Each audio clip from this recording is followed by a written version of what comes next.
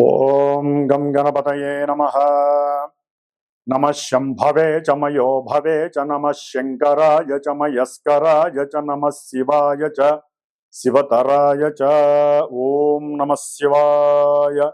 ఓం త్రయంబకం యజామహే సుగంధిం పుష్టివర్ధనం ఉర్వారుకమివ బంధనాన్ మృత్యోర్ముక్షీయమామృతాతో. ఓం మృత్యుంజయేశ్వరాయ నమః. ఓం శమగ్నిరగ్నివిష్కరశ్చన్నస్తపతు సూర్యః శంవాతో వాత్వరప అపసృదః. ఓం శం శనైశ్చరాయ నమః. జ్ఞానసిద్ధిని వీక్షిస్తున్నటువంటి ప్రేక్షకులందరికీ కూడా శని భగవంతుడి యొక్క అనుగ్రహముతో ఈ 135 రోజులు అనగా జూలై 27వ తేదీ నుండి డిసెంబర్ 11వ తేదీ వరకు కూడా ఈ 135 రోజులు మన యొక్క భూమి మీద శనైశ్చరుని యొక్క వక్రగతి సందర్భముగా ఆయన యొక్క పాపపు కిరణాలు అత్యంత వేగవంతంగా చాలా ప్రతికూలమైనటువంటి పరిస్థితుల్ని కలుగజేసేటటువంటి స్థితిగతుల్లో మనందరము కూడా కర్మలని అనుభవించడానికి సిద్ధంగా ఉండాలి. కాబట్టి ఆ ఈశ్వరుడు హనుమంతుల వారు శనైశ్చరుని యొక్క అనుగ్రహము పరిపూర్ణంగా కలగాలని ఆశిస్తూ ఆశీర్వదిస్తూ, మరి మనకి మేషరాశి నుంచి ద్వాదశ రాశులైనటువంటి మీనరాశి వరకు కూడా ఏ ఏ రాశుల వారికి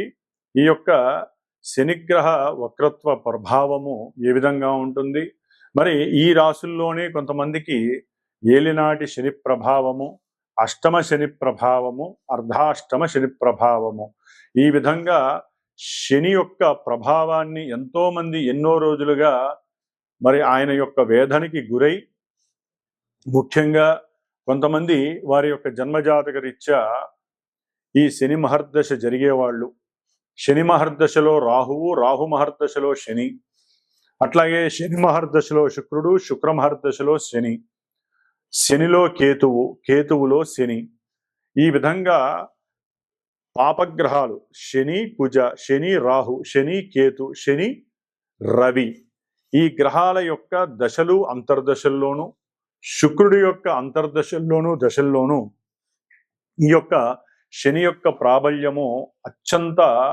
మరి ఘోరాతి ఘోరమైనటువంటి ఎన్నో భావాలని ఆయన యొక్క కండిషన్లోకి తీసుకొని నానా రకాలైనటువంటి ఆటంకాలు, ఇబ్బందులు, ప్రతిబంధకాలు, సమస్యలు, తట్టుకోలేనటువంటి మానసికమైనటువంటి విచార దోషాలను కలుగజేసేటటువంటి శని భగవానుడు మరి పాపగ్రహమై, ఒక గ్రహము ఎప్పుడైతే పాపగ్రహమై వక్రిస్తుందో అది ఇంకా పాపత్వాన్ని ఇస్తుందని మన యొక్క శాస్త్రము తెలియజేస్తోంది.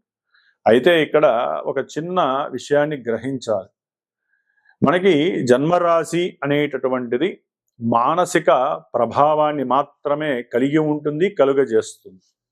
కానీ జన్మజాతకము అనేటటువంటిది మనం పుట్టినటువంటి ప్రదేశం ప్రకారం, మనం పుట్టిన సమయం ప్రకారం, తేదీ ప్రకారము ఒక లగ్నము ఆచ్ఛాదనై, ఆ లగ్నం నుంచి ఈ శని భగవానుడు 1వ స్థానమా, 2, 3, 4, 5, 6, 7, 8, 9, 10, 11, 12 ఈ ఏ భావాలకి ఆయన ఆధిపత్యం కలిగి ఉన్నాడు, శుభగ్రహ భావాలకి అశుభగ్రహ భావాలకి ఆధిపత్యం పట్టి ఉన్నాడా, దీన్ని కూడా లెక్కలోకి వేసుకుంటూ మరి ఆ లగ్నం నుంచి ఈ శని యొక్క సిచ్యువేషన్స్ ఏమిటి, ఏ భావాల్ని ఆయన ఆధారపడి ఉన్నాడో గోచారంలో ఆ భావాలకి తగ్గట్టుగా మానసిక విచార దోషాల్ని కలుగజేస్తాడు ఈ శని భగవానుడు. మరి ఈ యొక్క కలియుగంలో శని బాధల నుంచి, ముఖ్యంగా ఈ వక్రించిన పాపగ్రహమైనటువంటి పాపత్వాన్ని ప్రసాదించేటటువంటి మరి కలికి అత్యంత దగ్గరగా సహకరిస్తూ ఉండేటటువంటి ఈ యొక్క శని యొక్క బాధల నుంచి తప్పించుకోవడానికి ఒక చిన్న శ్లోకాన్ని చెప్తాను. కర్కోటకస్య నారస్య దమయంత్యా నలస్య చ ఋతుపర్ణస్య రాజర్షేః కీర్తనం కలినాశనం. అంటే మనకి అందరికీ తెలిసినటువంటి విషయం నల దమయంతుల యొక్క చరిత్ర. దీంట్లో నలుడు మహారాజు చక్రవర్తి అయి ఉండి కూడా ఎంతో ఘోరమైనటువంటి కష్ట నష్టాలను అనుభవించటంలో శని యొక్క పాత్ర, ఏలినాడి శని పాత్ర మనం చదువుకోవాల్సిందే. కాబట్టి నలదమయంతుల యొక్క చరిత్ర చదివినా కూడా ఈ యొక్క సిచ్యువేషన్లో వారికి ఉన్నటువంటి శని దోషాలు తొలగిపోవటానికి అవకాశాలు ఎక్కువగా ఉంటాయి.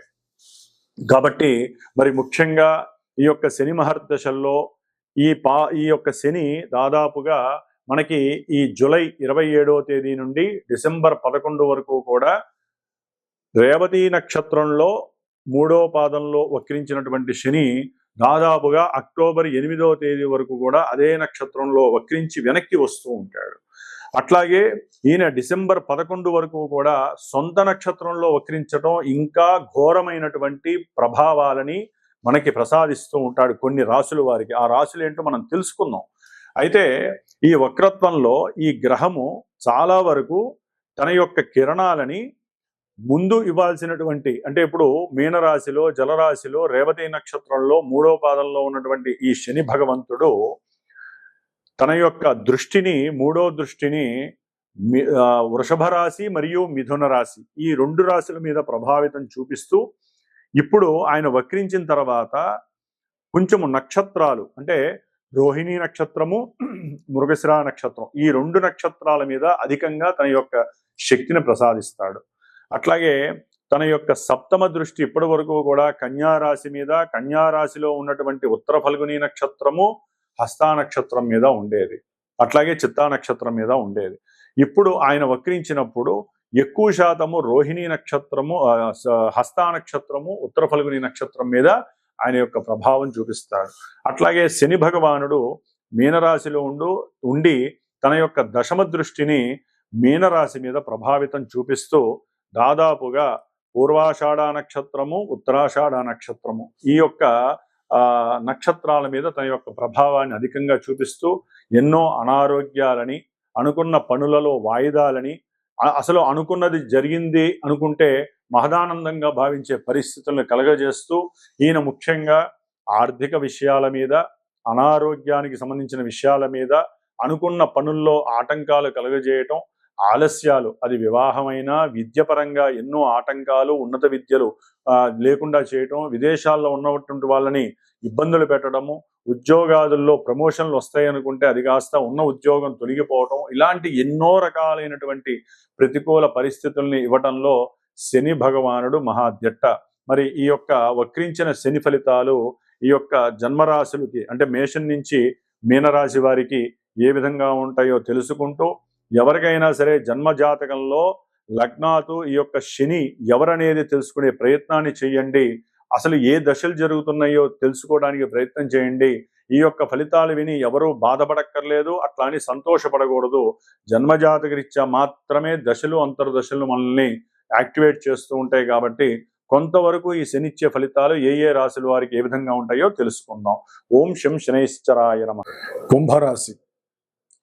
కుంభరాశి వారికి జన్మ రాశ్యాధిపతి మరియు వెనక ఉన్నటువంటి మకర రాశి 12వ రాశ్యాధిపతి అయినటువంటి శని భగవానుడు ఒక రకంగా ఈ రాశి వారికి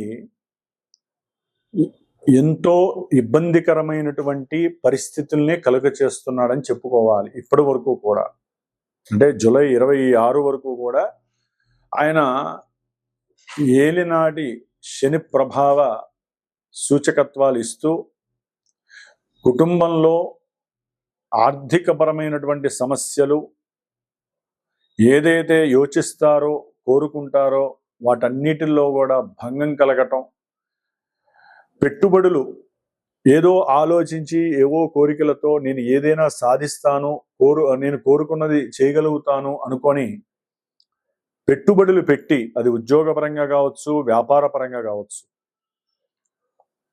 ధనము అప్పు చేసి కష్టమైనా సరే ఆ అప్పులకి ఈఎంఐలు తీరుస్తూ ఈ 26 వరకు ఈ యొక్క శని ప్రభావం పూర్తిగా కుటుంబము, అట్లాగే వీరి యొక్క కోరికలు, ఆర్థికపరమైన వ్యక్తిత్వపరమైనటువంటి విషయాల్ని సూచిస్తున్నట్లే ఈ నెల 27వ తేదీ జూలై 27 నుంచి డిసెంబర్ 11వ తేదీ వరకు కూడా ఈ యొక్క రాశ్యాధిపతి వక్రించడం ద్వారా వీరి యొక్క ఆలోచనలు సరిగ్గా పనిచేయు, వీరి యొక్క కోరికలు నెరవేరవు, గృహంలో కాస్త అప్రశాంతత వాతావరణం, అట్లాగే వీరికి ఉన్నటువంటి భూములో, గృహాలో, వాహనాలో కుటుంబపరమైనటువంటి అనారోగ్యకరమైనటువంటి ఇబ్బందుల వలన, అంటే ఆర్థిక సమస్యల వలన, ఉద్యోగాలు పోవటం ద్వారా కావచ్చు, వ్యాపారంలో మోసం చేయటం వలన కావచ్చు, వ్యాపారాల్లో నష్టం వలన కావచ్చు, సరైన ఆలోచన లేక చిట్టిపాటల్లో పాడటం ద్వారా, లేకపోతే బయట ఈఎంఐలు కట్టేటటువంటి కొన్ని కోరికల ద్వారా ఈఎంఐలు కట్టితే వాటిల్లో వాళ్ళు వచ్చి వాళ్ళ ద్వారా ఇబ్బందులు పడటం, వీటి ద్వారా వీళ్ళ దగ్గర ఉన్నటువంటి ఏదో ఒక రకమైనటువంటి వస్తువులని, ఆస్తులని అమ్మే ప్రయత్నంలో ఉంటారు. దాని ద్వారా స్వయం కృతాపరాధం చేశామని మానసిక నిర్వీర్యం, బాధ ఎక్కువగా ఉంటుంది కుంభరాశి వారికి. ఎందుకంటే ముఖ్యంగా అక్టోబర్ 9 వరకు కూడా ఈ యొక్క శని భగవానుడు తన యొక్క మిత్రుడైనటువంటి పంచమ అష్టమాధిపతి అయినటువంటి బుధుడు యొక్క నక్షత్రంలో ఉంటూ ఆపసోపాలు పడుతూనో, కష్టపడుతూనో, ఏదో రకంగా ఏ పందెంలో పెడతారో, ఎక్కడో అక్కడ డబ్బులు పెట్టి కాస్త 10 రూపాయలు ఎర్నింగ్ చేసిన పరిస్థితి, ఏదో పెట్టుబడి పెడతారు, కొన్నిట్లో నష్టపోయి ఉండొచ్చు, ఎక్కడో అక్కడ 10 రూపాయలు, 8 రూపాయలు, 7 రూపాయలు వచ్చిన పరిస్థితులు ఉండొచ్చు. కానీ ఇప్పుడు అట్లా ఉండదు. గృహంలో సంతానపరమైనటువంటి కొన్ని సమస్యలు కూడా ఎదుర్కొనే పరిస్థితి కలుగుతోంది. భార్యాభర్తల మధ్య మాట అనుసంధానము, వీరికి ఉన్నటువంటి మనస్సు, సృజనాత్మకత శక్తి అన్నీ వైవిధ్యకరంగా మారిపోయి వీరంతటి వీరే తగువులు పెట్టుకోవడం, అది స్త్రీ అయినా పురుషుడైనా కావచ్చు. కుంభరాశి వారు వీరి యొక్క ధనాన్ని వీరే మిస్యూజ్ చేయటం, కొంతమంది అనారోగ్యపరంగా ధనాన్ని ఎక్కువగా ఖర్చు పెట్టడం, లేకపోతే వైరాగ్య చింతనగా అసలు నాకు ఇదేం అవసరం లేదని చెప్పి ఎవరికొకలే దారాదత్తం చేయటం ధనాన్ని. ఇలాంటి పిచ్చి ప్రేలాపనలు ఎన్నో కుంభరాశి వారికి కలగటానికి అవకాశాలు ఉన్నాయి. చదువుకునే విద్యార్థులకి చదువులో భంగము, ఆటంకాలు, ఇబ్బందులు. అట్లాగే కుంభరాశి వారికి ఇప్పటి వరకు ఆకస్మికంగా ధన నష్టం అయితే, ఇప్పుడు భార్యాభర్తల మధ్య, వ్యాపార భాగస్వాముల మధ్య, తండ్రి కొడుకుల మధ్య కావచ్చు, తండ్రి కూతుర్ల మధ్య కావచ్చు, కొన్ని విభేదాలు కలిగే అవకాశాలు కలుగుతాయి. అనుకున్న అభీష్ట సిద్ధి నెరవేరకపోవటం, ఉద్యోగాదుల్లో ఆకస్మిక నిర్ణయాలు తీసుకోవటం, ఉద్యోగాలు పోవటము, ఉద్యోగాలు వీళ్ళు వదిలేయటము, దాని ద్వారా ఆర్థిక సంక్షోభం కలగటం, ఇవన్నీ కలుగుతున్నాయి. జన్మజాతకంలో ఒకవేళ మీకు గనక ఏదైనా అశుభకరమైనటువంటి స్థానాలకి ఆధిపత్యం పట్టినటువంటి ఈ శని కావచ్చు, వేరే గ్రహాలు కావచ్చు, దశలు అంతర్దశలుగా ఉండి వారు గనక దుస్థానాల్లో ఉండి, ఇప్పుడు ఈ శని వాళ్ళిచ్చే ఫలితాలని కర్మ ఫలితంగా, కర్మరూపకంగా ఈ యొక్క కుంభరాశి వారికి ఈ విధంగా ఎక్కడో అక్కడ స్నేహితుల ద్వారా కావచ్చు, ఏదో అక్కడ ఇబ్బందులు పెడుతూనే ఉంటాడు ఈ 4.5 నెలలు. ఈశ్వరాభిషేకమే మీకు శ్రీరామ సదా రక్ష. అలాగే శని యొక్క మంత్రాన్ని ఎక్కువగా జపించండి. శ్రావణ మాసంలో నాచే నిర్వహించబడేటటువంటి 19 రోజులు దీక్షా కార్యక్రమం, శని యొక్క దీక్ష, మంత్రదీక్ష, జపదీక్ష, హోమం, దాని ద్వారా ఈ 19 రోజులు ఎవరైతే సంకల్పించుకొని నాకు ఫోన్ చేసి మీ యొక్క సమస్యలు తెలియజేస్తారో ఆ సమస్యలు చెప్పి, ఆ శని భగవంతుడికి ఏలినాడి శని దోషం అనుకోండి, శని వలన కలిగే ఈతి బాధలు, ఆర్థిక సమస్యలు ఏవైనా సరే పోవటానికి నా వంతు ధర్మంగా నేను మూల మంత్రాలని స్వామివారికి జపిస్తూ చివరిలో శనీశ్వరుడు యొక్క రక్షా కవచాన్ని మీకు నేను అందజేసే ప్రయత్నం చేస్తున్నాను. కాబట్టి ఇంకా ఘోరమైనటువంటి ఇబ్బందులు, విపత్తులు, సమస్యలు, ఏం చేయాలో అర్థం కాని పరిస్థితులు ఉన్నటువంటి వారు నాకు ఫోన్ చేసి వారి యొక్క జన్మజాతక విశ్లేషణ పరిపూర్ణంగా తెలుసుకొని మీకు కలిగేటటువంటి సమస్యకి సరైనటువంటి పరిష్కారాన్ని ఆచరిస్తే ఎట్టి పరిస్థితుల్లో ఆ పరిష్కారం మీకు సరైనటువంటి పరిహారంగా మారి చక్కటి ఆరోగ్యము, మానసిక ప్రశాంతత, బుద్ధి వికసత్వం కలగడానికి అవకాశం ఉంటుంది. కాబట్టి శని భగవంతుణ్ణి ఎక్కువగా ఆరాధించండి, ఎక్కువగా స్మరించండి, రుద్రాభిషేకాదులు చేయండి. కుంభరాశి వారు ప్రతి శనివారము ఉపవాస నియమాలు చేయండి. కాస్త నూనె బాటిల్ శివాలయంలో దీపారాధనలో వేయిస్తూ ఉండండి ప్రతి శనివారం. ఆవులకి ఏదైనా సరే ఆకుకూరలు తినిపించండి. లేని వాళ్ళకి ఏదో ఒక సహాయం చేయండి. మీకు తప్పకుండా శని వక్రించిన ఫలితాలు ఎక్కువగా టచ్ కాకుండా మీ అంతటా మీరే నియంత్రించుకునే శక్తి పెరుగుతుంది. ఓం శం శనైశ్చరాయ నమః. ఓం శం శనైశ్చరాయ నమః.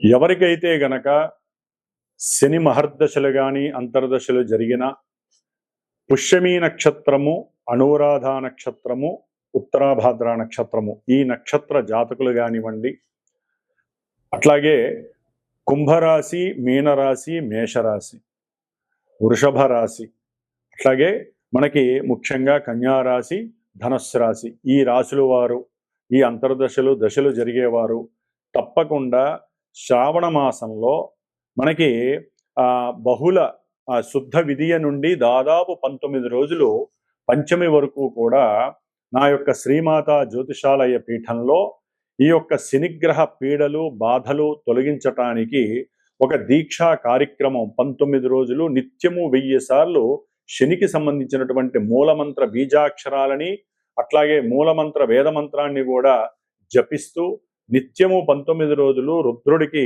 శనిగ్రహ పాశుపత రుద్రాభిషేకాన్ని ఆచరిస్తూ ఎవరైతే ఈ యొక్క శని బాధలు అనుభవిస్తున్నారో ఇప్పుడు చెప్పబోయేటటువంటి కొన్ని రాశుల వారికి ఏ విధమైనటువంటి సమస్యలు అయితే కలుగుతున్నాయో ఆర్థికంగా, విద్యపరంగా, కళ్యాణపరంగా, అట్లాగే ఉద్యోగపరంగా, వ్యాపార రీత్యా, సంతానపరంగా ఆలస్యాలు కానీ ఆటంకాలు కానీ జరుగుతున్నాయో వారు గనక నా యొక్క పీఠానికి ఫోన్ చేసి సంప్రదిస్తే గనక విశేషముగా ఈ 19 రోజుల్లో నేను చేసేటటువంటి ఈ యొక్క జపాన్ని, విశేషమైనటువంటి పాశుపత రుద్ర అభిషేకాన్ని, ముఖ్యంగా ఎవరైతే ఈ యొక్క కార్యక్రమంలో తమ యొక్క గోత్రనామాదులు ఇచ్చి పాల్గొంటారో వారికి శనిగ్రహ రక్షా కవచాన్ని విశేషంగా ప్రసాదించి ఈ 19 రోజుల్లో ఒకరోజు మందపల్లి స్వామివారి యొక్క దివ్యక్షేత్రంలో ఆ స్వామివారి దగ్గర ఆ యొక్క రక్షా కవచాల్ని చక్కగా స్వామివారికి అభిషేకంలో ఉంచి